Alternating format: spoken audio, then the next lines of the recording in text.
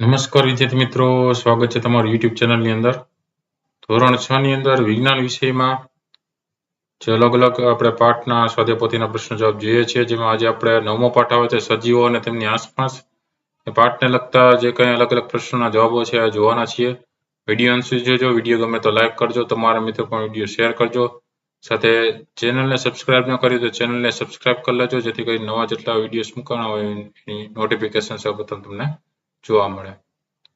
તો આપણે જોઈએ પાઠ 9 ની અંદર અલગ અલગ પ્રશ્ન જવાબ. જેમાં પહેલો પ્રશ્ન આવે છે, નીચેના દરેક પ્રશ્નના ઉત્તર માટે આપેલા વિકલ્પમાંથી સાચો વિકલ્પ શોધીને ક્રમ અક્ષર આપેલા ખાનામાં લખો.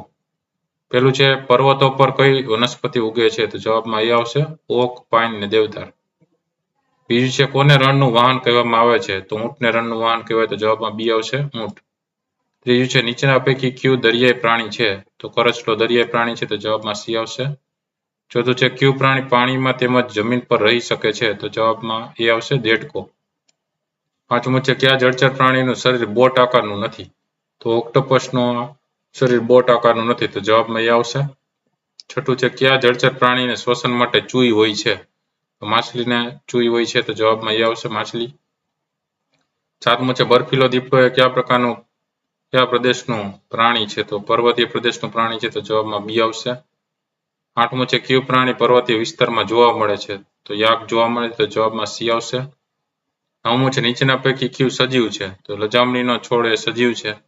જવાબમાં બી આવશે. દસમું છે, કઈ વનસ્પતિના ફૂલો માત્ર રાત્રે જ ખીલે છે? તો પોયણાના જે ફૂલો છે રાત્રે જ ખીલે છે. જવાબમાં ડી આવશે. 11મું છે, આસોપાલવનું વૃક્ષ નીચેનામાંથી કઈ લાક્ષણિકતા ધરાવતું નથી? તો પ્રચલન ધરાવતું નથી, બાકી શ્વસન, પ્રજનન અને વૃદ્ધિ ધરાવે છે. 12મું છે, નીચેનામાંથી ઉભયજીવી પ્રાણી કયું છે? તો દેડકો ઉભયજીવી પ્રાણી છે. તો જવાબમાં સી આવશે દેડકો. 13મું છે, માછલી કયા અંગ દ્વારા પાણીમાં ઓગળેલો ઓક્સિજન મેળવે છે? તો ચૂઈ દ્વારા પાણીમાં ઓગળેલો ઓક્સિજન મેળવે છે. તો જવાબમાં બી આવશે. 14મું છે, આપણી આસપાસના બદલાવ કે જે આપણને પ્રતિભાવ આપવા પ્રેરે છે તેને શું કહે છે? તો એને અનુકૂલન કહેવામાં આવે છે. જવાબમાં એ ઓપ્શન.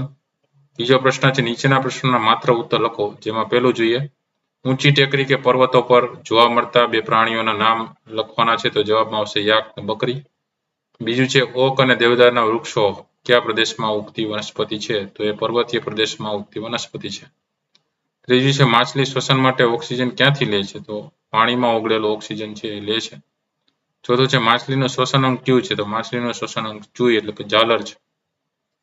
પાંચમું છે, કઈ વનસ્પતિમાં પ્રકાશ સંશ્લેષણની ક્રિયા પ્રકાંડ દ્વારા થાય છે? તો થોર, ફાફડા થોર છે એમાં તમે જોયું હશે એનું જે પ્રકાંડ લીલું છે એમાં પ્રકાશ સંશ્લેષણની પ્રક્રિયા થાય છે, એટલે એમાં જવાબમાં થોર આવશે. છઠ્ઠું છે, અળસિયાનું શ્વસન અંગ કયું છે? તો ચામડી છે એના દ્વારા શ્વસન કરે છે. જવાબમાં ચામડી આવશે. સાતમું છે, વનસ્પતિનું શ્વસન અંગ કયું છે? તો પાંદડા એટલે કે પર્ણો. આઠમું છે, ફાફડા થોર કયા પ્રદેશમાં ઉગતી વનસ્પતિ છે? તો રણમાં ઉગે છે, એટલે જવાબમાં આવશે રણ પ્રદેશ. ત્રીજો પ્રશ્ન, નીચેના પ્રશ્નના એક વાક્યમાં ઉત્તર લખો. તેમાં પહેલું જોઈએ, રણમાં ઉંદર અને સાપ ગરમીથી બચવા શું કરે છે? જવાબ લખી શકે કે રણમાં ઉંદર અને સાપ ગરમીથી બચવા માટે રેતીમાં ખૂબ ઊંડે દર બનાવીને રહે છે. બીજું છે, પર્વતીય વિસ્તારમાં કેવા વૃક્ષો જોવા મળે છે? જવાબ લખી શકે પર્વતીય વિસ્તારમાં વૃક્ષો શંકુ આકારના, તેની ડાળીઓ ઢળતી અને પાંદડા સોયાકાર હોય તેવા જોવા મળે છે. ત્રીજું છે, હિમચીતા એટલે કે સ્નો લેપર્ડને બરફ પર ચાલતી વખતે ઠંડીથી રક્ષણ મેળવવા કેવી રચના હોય છે? જવાબ લખી શકે હિમચીતા એટલે કે સ્નો લેપર્ડ ને બરફ પર ચાલતી વખતે ઠંડીથી રક્ષણ મળે તે માટે શરીર, પગ અને પંજા પર ગાઢ રૂંવાટી હોય છે. ચોથું છે, જલીય વનસ્પતિના પ્રકાંડ કેવા હોય છે? જવાબ લખી શકે જલીય વનસ્પતિના પ્રકાંડ લાંબા, પોલા અને હલકા હોય છે તથા પાણીની સપાટી સુધી વિકસિત હોય છે. પાંચમું છે, વનસ્પતિ શ્વસન ક્રિયામાં કયા વાયુનો ઉપયોગ કરે છે અને કયો વાયુ મુક્ત કરે છે? જવાબ લખી શકે વનસ્પતિ શ્વસન ક્રિયામાં ઓક્સિજન વાયુનો ઉપયોગ કરે છે અને કાર્બન ડાયોક્સાઇડ વાયુ મુક્ત કરે છે. છઠ્ઠું છે, વનસ્પતિ પ્રકાશ સંશ્લેષણની ક્રિયામાં કયા વાયુનો ઉપયોગ કરે છે અને કયો વાયુ મુક્ત કરે છે? જવાબ લખી શકે વનસ્પતિ પ્રકાશ સંશ્લેષણની ક્રિયામાં કાર્બન ડાયોક્સાઇડ વાયુનો ઉપયોગ કરે છે અને ઓક્સિજન વાયુ મુક્ત કરે છે. સાતમું છે, રણની વનસ્પતિના પર્ણો કેવા હોય છે? અને જવાબ લખી શકીએ રણની વનસ્પતિના પર્ણો નાના હોય છે, ઓછા હોય છે અને પાણીની અછત વખતે પર્ણોનું કાંટામાં રૂપાંતર થાય છે. 8મું છે દેડકો પાણીમાં તરી શકે તે માટે પગની રચના કેવી હોય છે? તેનો જવાબ લખી શકીએ દેડકાના પગની આંગળીઓ વચ્ચે ચામડી જોડાયેલી હોય છે, જે દેડકાને પાણીમાં તરવા માટે મદદરૂપ થાય છે. 9મું છે ભૂમિય નિવાસસ્થાનના પ્રકારો જણાવો. જવાબ લખી શકીએ પહેલું જંગલો, બીજું ઘાસના મેદાનો, ત્રીજું રણ પ્રદેશ, ચોથું દરિયાકાંઠાના વિસ્તાર, 5મું પર્વતીય વિસ્તાર. 10મો પ્રશ્ન છે જલીય નિવાસસ્થાનના પ્રકારો જણાવો. તેનો જવાબ લખી શકીએ પહેલું તળાવ, બીજું સરોવર, ત્રીજું નદી, ચોથું સમુદ્ર, 5મું કળણ એટલે કે દલદલ. ચોથો પ્રશ્ન છે વ્યાખ્યા આપો. પહેલી વ્યાખ્યા છે અનુકૂલન. ચોક્કસ પ્રકારના નિવાસસ્થાનને લીધે વનસ્પતિ કે પ્રાણીઓમાં રહેલી ચોક્કસ આદતો એટલે કે ટેવો કે લક્ષણોની હાજરી તેમના વિસ્તારમાં કુદરતી રીતે જીવવામાં મદદરૂપ થાય છે તેને અનુકૂલન કહે છે. બીજું આવે ઉત્તેજના. આપણી આસપાસના એવા બદલાવ જે આપણને તેમના તરફ પ્રતિચાર આપવા પ્રેરે છે તેને ઉત્તેજના કહે છે. ત્રીજું આવે ઉત્સર્જન. સજીવો દ્વારા શરીરમાં ઉત્પન્ન થતા નકામા અને હાનિકારક પદાર્થોને શરીરમાંથી દૂર કરવાની પ્રક્રિયાને ઉત્સર્જન કહે છે. ચોથું આવે પ્રજનન. સજીવો તેમના જેવો જ સજીવ ઉત્પન્ન કરે છે તેને પ્રજનન કહે છે. 5મું આવે નિવાસસ્થાન. વનસ્પતિ અને પ્રાણીઓ જે વિસ્તારમાં રહી જીવન જીવતા હોય તેને તેનું નિવાસસ્થાન કહે છે. 5મો પ્રશ્ન છે નીચેના પ્રશ્નોના ટૂંકમાં ઉત્તર લખો. જેમાં પહેલો પ્રશ્ન છે પર્વતીય વિસ્તારમાં રહેતા પ્રાણીઓ અને વનસ્પતિઓના નામ જણાવો. જવાબ લખી શકીએ કે પર્વતીય વિસ્તારમાં રહેતા પ્રાણીઓ એમાં હિમચીતો, યાક, પર્વતીય બકરી, સફેદ રીંછ. પર્વતીય વિસ્તારમાં ઉગતી વનસ્પતિઓ એમાં ઓક, પાઇન, દેવદાર. બીજો પ્રશ્ન રણ પ્રદેશમાં રહેતા પ્રાણીઓ અને વનસ્પતિઓના નામ જણાવો. તો રણ પ્રદેશમાં રહેતા પ્રાણીઓ ઊંટ, કાંગારૂ રેટ એટલે કે રણનું ઉંદર, સાપ, કસ્તુરી મૃગ વગેરે. રણ પ્રદેશની ઉગતી વનસ્પતિઓ એમાં આવે થોર, સરુ, આંકડો અને બાવળ. ત્રીજો પ્રશ્ન વેલ અને ડોલ્ફિન કેવી રીતે શ્વસન કરે છે? જવાબ લખી શકીએ કે વેલ અને ડોલ્ફિનને ચૂઈ હોતી નથી એટલે કે ઝાલર હોતી નથી. તેઓ નસકોરા કે શ્વસન છિદ્રો જે તેમના માથાના ઉપરના ભાગે ગોઠવાયેલા હોય છે તેઓ જ્યારે પાણીની સપાટીની નજીક તરતા હોય છે ત્યારે તેના દ્વારા હવા અંદર લે છે. તેઓ લાંબા સમય સુધી શ્વસન લીધા વગર પાણીની અંદર રહી શકે છે. શ્વાસ લેવા તેઓ સમયાંતરે સપાટીની બહાર માથું કાઢે છે. ચોથો પ્રશ્ન આવે છે પર્વતીય વિસ્તારમાં રહેતા પ્રાણીઓના અનુકૂલનો જણાવો. તેનો જવાબ લખી શકીએ પર્વતીય વિસ્તારમાં રહેતા પ્રાણીઓના અનુકૂલનો નીચે મુજબ છે. પહેલું ઠંડીથી રક્ષણ મેળવવા માટે તેમની ચામડી જાડી અને રૂવાટી ધરાવે છે. ઉદાહરણ તરીકે યાકને લાંબા વાળ હોય છે જેથી તેનું શરીર ગરમ રહે છે. બીજું હિમચીતાના શરીર, પગ અને પંજા પર ગાઢ રૂવાટી હોય છે જે તેને બરફ પર ચાલતી વખતે ઠંડીથી બચાવે છે. ત્રીજું પર્વતીય બકરીઓ મજબૂત ખરીઓ ધરાવે છે જેથી ખડકાટ ઢાળ પર દોડી શકાય છે. ત્યાર પછી 5મો પ્રશ્ન છે સિંહના શિકારી પ્રાણી તરીકેના અનુકૂલનો જણાવો. જવાબ લખી શકીએ સિંહના શિકારી પ્રાણી તરીકેના અનુકૂલનો નીચે મુજબ છે. પહેલું તે જંગલમાં કે ઘાસના મેદાનમાં રહેતું સશક્ત પ્રાણી છે જે હરણ જેવા પ્રાણીઓનો શિકાર કરી શકે છે. બીજું તેનો આછો ભૂખરો રંગ ઘાસના મેદાનમાં છુપાવવા માટે મદદરૂપ થાય છે, સહાયરૂપ થાય છે અને ભક્ષ્યની નજરથી બચીને તેના પર અચાનક હુમલો કરી શકે છે. ત્રીજું તેના ચહેરાની આગળ તરફ રહેલી આંખો તેને શિકારના ચોક્કસ સ્થાન વિશે ખ્યાલ આપે છે. ચોથું તેની દોડવાની ઝડપ શિકારને પકડવામાં મદદ કરે છે. છઠ્ઠો પ્રશ્ન ઘાસના મેદાનમાં રહેતા હરણના અનુકૂલનો જણાવો. જવાબ લખી શકીએ ઘાસના મેદાનમાં રહેતા હરણના અનુકૂલનો નીચે મુજબ છે. પહેલું ઘાસના મેદાનની વનસ્પતિના મજબૂત પ્રકારને ચાવવા માટે તેને મજબૂત દાંત હોય છે. બીજું તેનો વાઘ અને સિંહ જેવા પ્રાણીઓ દ્વારા શિકાર ન થાય અને તેમનાથી બચાવ થાય તે માટે શિકારી પ્રાણીના સામાન્ય હલનચલનને સાંભળી શકે તે માટે તેના કાન લાંબા હોય છે.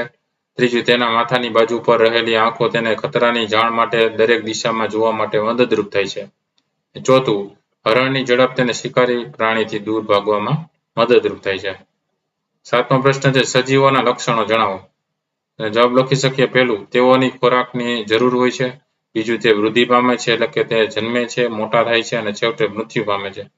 ત્રીજું તે શ્વસન કરે છે. ચોથું તે ઉત્તેજના અને પ્રતિચાર આપે છે. પાંચમું તે હલનચલન કરે છે. છઠ્ઠું તે ઉત્સર્જન કરે છે. સાતમું તે પ્રજનન કરે છે. આઠમો પ્રશ્ન છે આકાશમાં ખસતું વાદળ સજીવ છે કે નિર્જીવ? શા માટે? જવાબ લખી શકે કે આકાશમાં ખસતું વાદળ નિર્જીવ છે. તેના કારણો નીચે મુજબ છે. પેલું, વાદળ પવનના બળથી એક જગ્યાએથી બીજી જગ્યાએ જાય છે. વાદળ પોતાની જાતે ખસતું નથી, તેથી આ સજીવનું પ્રચલનનું લક્ષણ નથી.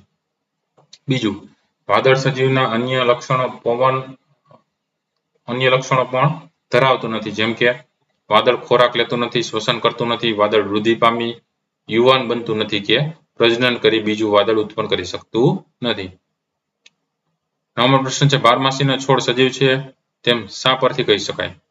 જવાબ લખી શકીએ. પેલું, બારમાસીનો છોડ શ્વસન કરે છે. તે પર્ણોમાં આવેલા છિદ્રો દ્વારા હવામાંનો ઓક્સિજન વાયુ લે છે અને કાર્બન ડાયોક્સાઇડ વાયુ બહાર કાઢે છે. બીજું, તે જમીનમાંથી ખનિજ દ્રવ્યો અને પાણી ખોરાક તરીકે લે છે. ત્રીજું, તેનો નાનો છોડ વૃદ્ધિ પામી મોટો છોડ બને છે. ચોથું, બારમાસીના છોડના બીજ વાવવાથી બારમાસીનો નવો છોડ ઉગે છે. ઉપરના વિધાનો પરથી બારમાસીનો છોડ સજીવ છે એમ કહી શકાય. દસમો પ્રશ્ન છે આગગાડી નિર્જીવ છે કે સજીવ છે? આમ કહેવા માટેના તમારા કારણો આપો. જવાબ લખી શકીએ કે આગગાડી નિર્જીવ છે. આ માટેના કારણો આમ પ્રમાણે છે, જેમાં પહેલું, આગગાડી એક સ્થાનેથી બીજા સ્થાને જાય છે, પરંતુ તે કોલસા, ડીઝલ કે વિદ્યુત ઉર્જાના ઉપયોગથી ચાલે છે. તે પોતાની મેળે હલનચલન કરતી નથી. બીજું, આગગાડી સમય જતા સજીવોની જેમ વૃદ્ધિ પામી કદમાં મોટી થતી નથી. ત્રીજું, આગગાડી પોતાની મેળે કોલસાનો ખોરાક તરીકે ઉપયોગ કરતી નથી. ચોથું, આગગાડી નવી આગગાડીને જન્મ આપી શકતી નથી, તેથી આગગાડી ચાલતી હોવા છતાં તે નિર્જીવ છે એમ કહેવાય. ત્યાર પછી આવે છે પ્રશ્ન નંબર 6, વૈજ્ઞાનિક કારણો આપી સમજાવો. જેમાં પહેલું કારણ જોઈએ, ઊંટ રણનું વહાણ કહેવાય છે. જવાબ લખી શકીએ. પહેલું, ઊંટ રણ પ્રદેશમાં વસવાટ માટેના અનુકૂલનો ધરાવે છે. બીજું, તેના પગના તળિયાનો ભાગ ગાદી જેવો હોય છે. આથી તેના પગ રણની રેતીમાં ખૂંપી જતા નથી, તેમજ ગરમ રેતીમાં ચાલવામાં અનુકૂળ રહે છે. ત્રીજું, તે લાંબા સમય સુધી ખોરાક અને પાણી વિના ચલાવી શકે છે. ચોથું, તે લાંબા સમયે અલ્પ માત્રામાં મૂત્રનો ત્યાગ કરે છે. આવા અનુકૂલનો ધરાવતું ઊંટ રણ પ્રદેશમાં મુસાફરી માટે સક્ષમ છે, તેથી ઊંટ રણનું વહાણ કહેવાય છે. બીજો પ્રશ્ન આવે છે, થોર રણ પ્રદેશમાં ઉગી શકે છે. તો જવાબ લખી શકીએ. પહેલું, થોરના પર્ણો નાના અને ઓછા હોય છે. પાણીની અછતના સમયે પર્ણોનું કંટકમાં એટલે કે કાંટામાં રૂપાંતર થાય છે, જેથી બાષ્પોત્સર્જન દ્વારા ઓછું પાણી ગુમાવાય છે. બીજું, પ્રકાશની શાખાઓ એટલે કે ડાળીઓ જાડી અને લીલી હોય છે, જેના દ્વારા તે પ્રકાશ સંશ્લેષણ કરે છે. ત્રીજું, તેના માંસલ અને દળદાર પ્રકાંડમાં ખોરાક અને પાણીનો સંગ્રહ થાય છે. આમ થોર ખૂબ જ ઓછી પાણીની જરૂરિયાતથી રણ પ્રદેશમાં અનુકૂલન સાધી જીવિત રહી શકે છે. તેથી થોર રણ પ્રદેશમાં ઉગી શકે છે. ત્રીજો પ્રશ્ન છે, વિમાન આકાશમાં ઉડે છે અને ખોરાક તરીકે પેટ્રોલ પીએ છે, છતાં વિમાન નિર્જીવ કહેવાય છે. તો જવાબ લખી શકીએ કે વિમાન આકાશમાં પોતાની જાતે ઉડતું નથી, પરંતુ વિમાન ચાલક દ્વારા તેને આકાશમાં ઉડાડવામાં આવે છે. તે પોતાની જાતે ખોરાક તરીકે પેટ્રોલ પીતું નથી, પરંતુ તેમાં પેટ્રોલ ભરવામાં આવે છે. અને સજીવના લક્ષણો ન ગણાય. વળી વિમાન શ્વસન કરતું નથી, વૃદ્ધિ પામતું નથી કે પ્રજનન કરતું નથી, તેથી વિમાન નિર્જીવ કહેવાય છે. પ્રશ્ન નંબર 4, તફાવતના બે મુદ્દા લખો. જેમાં પહેલો તફાવત છે વનસ્પતિ અને પ્રાણી. તો પહેલું જોઈએ, વનસ્પતિ છે તે એક સ્થળેથી બીજે સ્થળે જઈ શકતી નથી, જ્યારે પ્રાણી છે તે એક સ્થળેથી બીજે સ્થળે જઈ શકે છે. બીજું જોઈએ તો વનસ્પતિ છે તે સૂર્યપ્રકાશની હાજરીમાં પ્રકાશ સંશ્લેષણ કરે છે, જ્યારે પ્રાણી છે તે પ્રકાશ સંશ્લેષણની ક્રિયા કરતું નથી. બીજું જોડકું જોઈએ એમાં શ્વસન અને પ્રકાશ સંશ્લેષણ. તો શ્વસનમાં જોઈએ તો પહેલું, આ ક્રિયા વનસ્પતિઓમાં અને પ્રાણીઓમાં બંનેમાં થતી હોય છે. ત્યારે પ્રકાશ સંશ્લેષણ તો કે આ ક્રિયા ફક્ત લીલી વનસ્પતિઓમાં સૂર્યપ્રકાશની હાજરીમાં થાય છે. શ્વસનમાં બીજું જોઈએ કે આ ક્રિયામાં ઓક્સિજન વાયુનો ઉપયોગ થાય છે અને કાર્બન ડાયોક્સાઇડ વાયુ મુક્ત થાય છે. જ્યારે પ્રકાશ સંશ્લેષણમાં તો કે આ ક્રિયામાં કાર્બન ડાયોક્સાઇડ વાયુનો ઉપયોગ થાય છે અને ઓક્સિજન વાયુ મુક્ત થાય છે. ત્રીજું હવે રણમાં ઉગતી વનસ્પતિ અને પાણીમાં ઉગતી વનસ્પતિ. રણમાં ઉગતી હોય એમાં પહેલું જોઈએ તો તેમને નાના અને ઓછા પર્ણો હોય છે, જ્યારે પાણીમાં ઉગતી હોય એમાં તેમના પર્ણો મોટા અને પોલા પર્ણદંડવાળા હોય છે. બીજું જોઈએ, તેમના મૂળ પાણી મેળવવા ખૂબ ઊંડે સુધી ફેલાયેલા હોય છે, જ્યારે પાણીમાં ઉગતી વનસ્પતિ તો કે તેમના મૂળ માટીમાં ચોટેલા હોય છે. કેટલીક વનસ્પતિના મૂળ પાણીમાં તરતા હોય છે. ચોથો છે જોડકામાં સજીવ અને નિર્જીવ. તો સજીવમાં જોઈએ તો પેલું તે ખોરાક લે છે, નિર્જીવ તે ખોરાક લેતું નથી. પછી બીજું સજીવમાં તે શ્વસન કરે છે, જ્યારે નિર્જીવ તે શ્વસન કરતું નથી. ત્રીજું સજીવમાં તે હલનચલન કે પ્રચલન કરે છે, જ્યારે નિર્જીવ છે તે હલનચલન કે પ્રચલન કરતું નથી. ચોથું સજીવ છે એ વૃદ્ધિ અને વિકાસ પામે છે, જ્યારે નિર્જીવ છે તે વૃદ્ધિ અને વિકાસ પામતું નથી. 8મો પ્રશ્ન છે નીચેના સજીવ અને નિર્જીવમાં વર્ગીકરણ કરો. સજીવમાં જોઈએ તો ક્યાં આવશે? બિલાડી, તુલસીનો છોડ, પતંગિયું, ઊંઘતો કૂતરો, કબૂતર, સિંહ, અંકુરણ પામેલું વાલનું બીજ, માખી, અળસિયું. નિર્જીવમાં બસ, સાયકલ, રેડિયો, ટેલિફોન, પતંગ, સ્કૂટર, વાદળ. 9મો પ્રશ્ન છે નીચેના વિધાનોમાં ખરા વિધાન સામે સાચું અને ખોટા વિધાન સામે ખોટા નિશાની કરો. પહેલું જુઓ, થોર રણ પ્રદેશમાં જોવા મળતી વનસ્પતિ, તો સાચું આવશે. બીજું, ઊંટ ઘણા દિવસ સુધી પાણી વગર રહી શકે છે, એમાં સાચું આવશે. ત્રીજું, માછલી મીનપક્ષ વડે શ્વસન ક્રિયા કરે છે, એમાં ખોટું આવશે. ઝાલર વડે કરે ચૂઈ. ચોથું, વનસ્પતિ શ્વસન ક્રિયામાં ઓક્સિજન વાયુ લે છે અને કાર્બન ડાયોક્સાઇડ વાયુ મુક્ત કરે છે, એમાં સાચું આવશે. 5મું, લીલી વનસ્પતિ પ્રકાશ સંશ્લેષણની ક્રિયામાં કાર્બન ડાયોક્સાઇડ વાયુનો ઉપયોગ કરે છે અને ઓક્સિજન વાયુ મુક્ત કરે છે, એમાં સાચું આવશે. 6, ફાફડા તોરનું પ્રકાંડ પ્રકાશ સંશ્લેષણની ક્રિયા કરે છે, એમાં સાચું આવશે. 7મું, પર્વતો પર ઉગતી વનસ્પતિને ખૂબ નાના પર્ણો હોય છે અથવા પર્ણોનું કંટકમાં રૂપાંતર થયેલું હોય છે, એમાં ખોટું આવશે. 8મું છે ઉંદર અને સાપ દરવાસી પ્રાણીઓ છે, તો દરમાં રહીએ છે એટલે એમાં સાચું આવશે. 10મો પ્રશ્ન છે ખાલી જગ્યા પૂરો. જેમાં પહેલું જોઈએ, નિવાસસ્થાનના જૈવ ઘટકો ખાલી જગ્યા અને ખાલી જગ્યા છે. જૈવ ઘટકો એટલે સજીવ તરીકે હોય, તો એમાં વનસ્પતિ અને પ્રાણીઓ છે. બીજું, ભૂમિ એ નિવાસસ્થાનનો ખાલી જગ્યા ઘટક છે, તો ભૂમિ છે નિર્જીવ છે એટલે એમાં કેવો આવશે? અજૈવિક ઘટક. ત્રીજું, માછલી ખાલી જગ્યા દ્વારા શોષણ કરે, તો માછલી ઝાલર એટલે કે ચૂઈ દ્વારા શોષણ કરે. ચોથું, માછલી ખાલી જગ્યા અને ખાલી જગ્યાની મદદથી સમતોલન જાળવે છે અને ગતિની દિશા બદલી શકે છે, તો મીનપક્ષ અને પૂંછડીની મદદથી.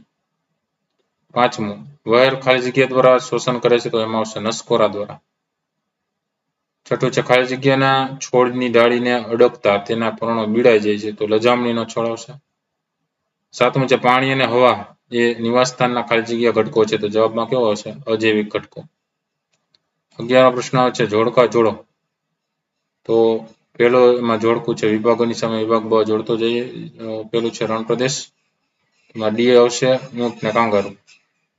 બીજું પર્વતીય વિસ્તાર, તો એમાં આવશે બકરી ને યાક, એટલે એમાં જવાબમાં સી. ત્રીજું દરિયા કિનારો, તો કરચલા ને શંખ હોય, તો એમાં એ આવશે. ચોથું ઘાસના મેદાનો, એમાં વાઘ ને ચિત્તો આવે, એમાં બી ઓપ્શન.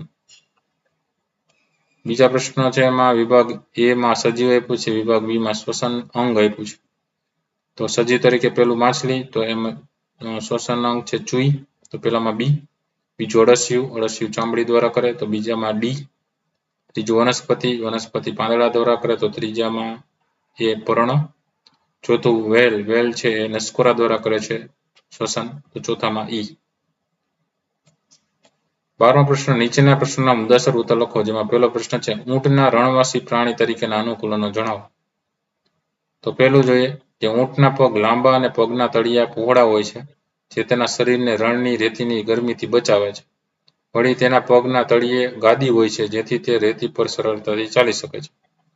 બીજું, તેને પરસેવો થતો નથી, તે ખૂબ જ ઓછી માત્રામાં મૂત્રનો ત્યાગ કરે છે. તેનો મળ સૂકો હોય છે, આમ તે શરીરમાંથી ઓછું પાણી ગુમાવે છે. ત્રીજું, તે પાણી તેમજ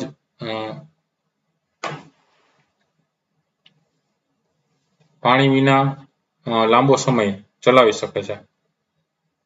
ચોથું, ખોરાક ન મળે ત્યારે જરૂર પડે તેની ખૂંદમાં સંગ્રહાયેલી ચરબીનો ઉપયોગ કરી પોષણ મેળવે છે.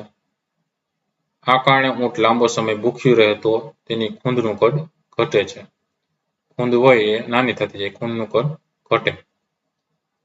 બીજો પ્રશ્ન આવે છે માછલીના જળચર પ્રાણી તરીકેના અનુકૂલનો જણાવો. જવાબ લખી શકીએ. પેલું, માછલીના શરીરનો આકાર બંને છેડા તરફ સાંકડો અને વચ્ચેથી પહોળો હોય છે.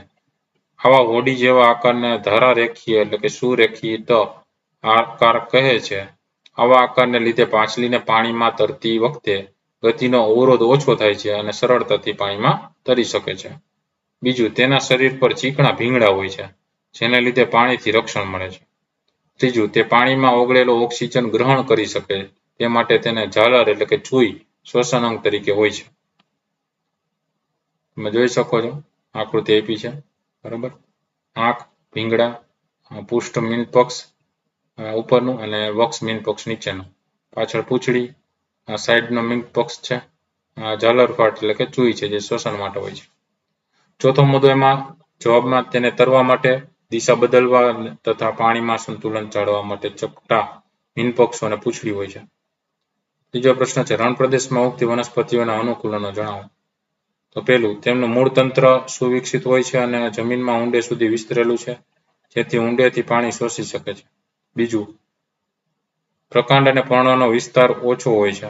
શાખાઓ જાડી અને પ્રકાંડ શુષ્ક અને કરબચડું હોય છે, જેથી પાણીનો બચાવ થાય છે. ત્રીજું, પર્ણો નાના અને ઓછા હોય છે, જેથી બાષ્પોત્સર્જન દ્વારા ઓછું પાણી ગુમાવાય. ચોથું, પાણીની અછત હોય તેવા દિવસોમાં પર્ણો ખરી પડે છે અથવા પર્ણોનું કંટકમાં રૂપાંતર કરે છે, જેથી બાષ્પોત્સર્જનનો દર ઘટે છે.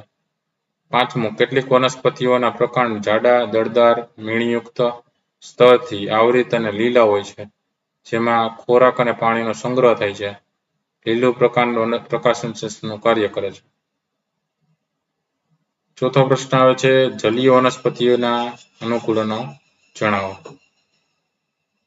જવાબ લખી શકીએ બરાબર. જલીય વનસ્પતિ તમને આપેલી છે, પામ, હાઇડ્રિલા છે, જળસર્પલિયા છે, કમળ અને શિંગોડા. ચાલો જવાબ જોઈએ. પેલું, જલીય વનસ્પતિઓનું મૂળ તંત્ર અલ્પ વિકસિત હોય છે, મૂળ કદમાં નાના હોય છે અને તેમનું કાર્ય વનસ્પતિને એક સ્થળેથી જકડી રાખવાનું છે. બીજું, વનસ્પતિના પ્રકાંડ લાંબા, પહોળા અને હલકા હોય છે, આથી પ્રકાંડ પાણીની સપાટી સુધી વિકસિત થાય છે. ત્રીજું, વનસ્પતિના પર્ણો અને ફૂલો પાણીની સપાટી ઉપર તરતા હોય છે. ચોથું, કેટલીક જલીય વનસ્પતિઓ પાણીમાં સંપૂર્ણ ડૂબેલી હોય છે. આવી વનસ્પતિના તમામ ભાગ પાણીની અંદર વિકસે છે. પાંચમું, કેટલીક વનસ્પતિના પર્ણો સાંકડા અને પાતળા પટ્ટી જેવા હોય છે, તે વહેતા પાણીમાં વળી શકે છે. છઠ્ઠું, કેટલીક ડૂબતી રહેલી વનસ્પતિઓમાં પર્ણો એટલા વિભાજિત હોય છે કે પાણી તેને કંઈ જ નુકસાન પહોંચાડ્યા વગર તેમાંથી વહન પામતું હોય છે. ત્યાર પછી જોઈએ પ્રવૃત્તિમાં પહેલી પ્રવૃત્તિ જોઈએ તો કોષ્ટક વિવિધ વિસ્તારોમાં જોવા મળતા પ્રાણીઓ, વનસ્પતિઓ અને અન્ય પદાર્થો છે. જેમ કે જંગલમાં જોવા મળતા હોય તો હરણ, વાઘ, ખાખરાનું વૃક્ષ, સૂકા પાંદડા અને કીડી. પર્વત ઉપર જોવા મળતા હોય હિમ, ચિત્તો, યાક, દેવદારનું વૃક્ષ, ખડક અને ઓકનું વૃક્ષ. રણમાં જોવા મળતું હોય ઊંટ, સાપ, કાંગારૂ, રેટ, કપડાતો અને રેતી. દરિયામાં જોવા મળતા હોય માછલી, ઓક્ટોપસ, વેલ, પરવળ અને શંખ. આપણા ઘરની આસપાસ જોવા મળતું હોય એમાં સસલું, લાંબુ ઘાસ, વાનર એટલે વાંદરો, ખિસકોલી અને પાણી. બીજી પ્રવૃત્તિ આપી છે, રણમાં ઉગતી વનસ્પતિ બાષ્પોત્સર્જન દ્વારા બહુ ઓછું પાણી ગુમાવે છે તે દર્શાવવાનું છે. તો સાધન સામગ્રી જોઈએ તો કુંડામાં વાવેલો થોર, કુંડામાં વાવેલો પાંદડાવાળો છોડ, પોલિથીનની પારદર્શક બે કોથળી અને દોરી. એમાં આપ્યું છે થોરનું વાવેલું કુંડું, બીમાં આપ્યું છે પાંદડાવાળું છોડનું કુંડું. બેમાં પોલિથીનની કોથળી છે, એની અંદર તમે જોઈ શકો છો પાણીના ટીપા જોવા મળતા. જો આ થોરની અંદર થોડાક ઓછા છે, જ્યારે પોલિથીન કોથળી જે પાંદડાવાળું છે એમાં થોડા ઝાઝા ટીપા પાણીના જોવા મળે છે. શું કામ? તો કે પાંદડામાંથી બાષ્પોત્સર્જન વધારે થતું.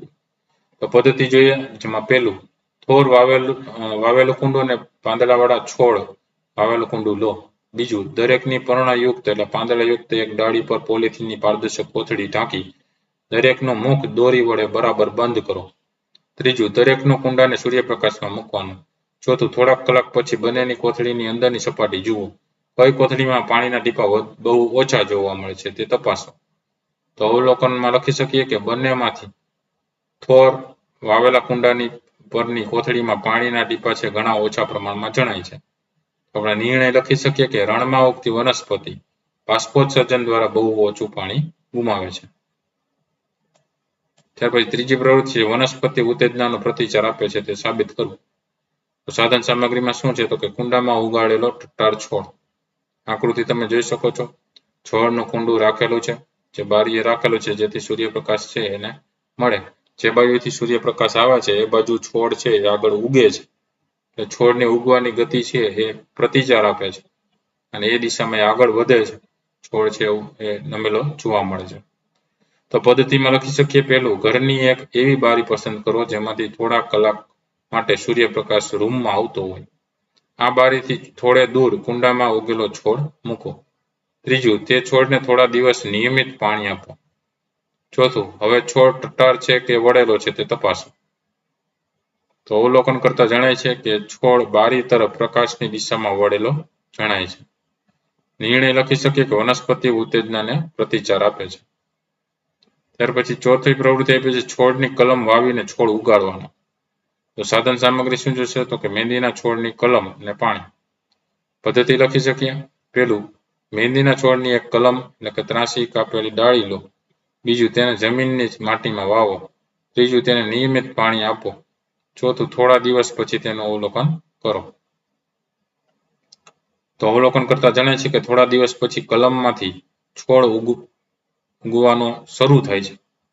નિર્ણય લખી શકીએ કે છોડની કાપેલી ડાળી એટલે કે કલમને વાવવાથી છોડ ઉગાડી શકાય છે. તો આ અલગ અલગ પ્રશ્નો એના જવાબો તમે મોસ્ટ ટાઈમ પ્રશ્ન તરીકે ઉપયોગી થશે. પરીક્ષામાં પણ ઘણા બધા પૂછાય છે. તો અલગ અલગ વિડીયો જોતા રહેજો. આ વિડીયો ગમ્યો હોય તો લાઈક કરજો અને તમારા મિત્રો પણ વિડીયો મોકલજો, શેર કરજો. સાથે ચેનલને સબસ્ક્રાઇબ ન કરી તો ચેનલને સબસ્ક્રાઇબ કરી લેજો. ઘણા બધા વિડીયો બીજા પણ ધોરણ 6 ના મુકાઈ ગયા છે. ઉપર વિડીયો સેક્શનની બાજુમાં પ્લેલિસ્ટમાં જાજો, એમાં નીચે ધોરણ 6 નું અલગથી પ્લેલિસ્ટ છે. બરાબર, ધોરણ 6 સ્વાધ્યાય પોથીનું પણ અલગથી પ્લેલિસ્ટ છે. એમાં ઘણા બધા પાર્ટના વિડીયોઝ મુકાઈ ગયા છે, જોઈ લેજો. આવનારી પરીક્ષાની તૈયારી કરતા રહેજો. Thank you very much and take care.